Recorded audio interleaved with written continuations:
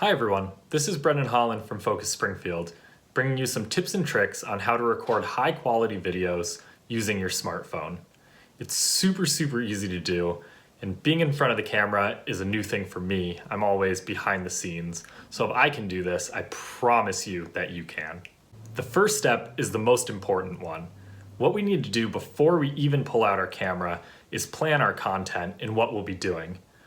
In the beginning of every video, you'll want to list your roadmap to let your viewers know where you'll be going.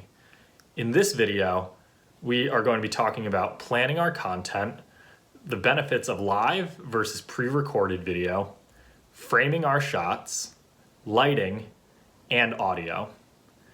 I'm going to put up on screen right now my outline for today's video, and it's a good idea to actually physically write something out so that you have a good idea of what you're going to do. Now, let's talk about live versus pre-recorded video.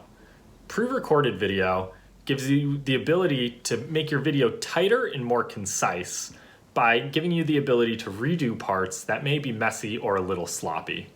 A negative aspect of pre-recorded video is that you'll likely need to do some post-production to hide those mistakes.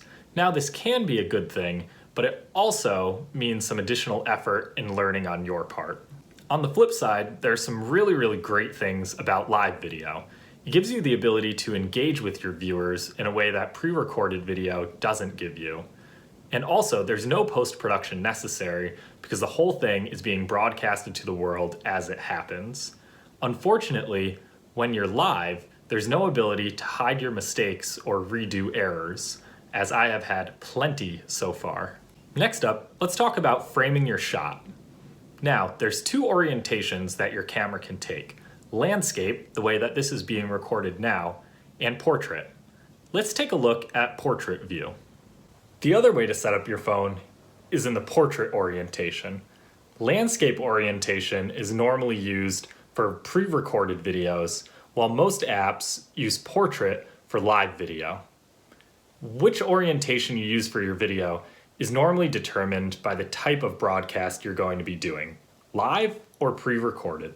Regardless of the orientation of your camera, you'll want it to be at an appropriate level, roughly level with your chin. Here at my kitchen table, I actually set my tripod up, propped up on some cookbooks to elevate it a bit.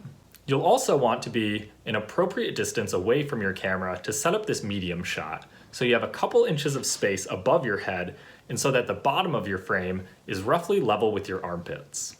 Next up, let's talk about lighting. We want our lighting to come from in front of us, but to not be harsh. We want it gentle and diffused. Let's look at some bad lighting now. One place that you don't want to set up is where there's a window or some other light source directly behind you.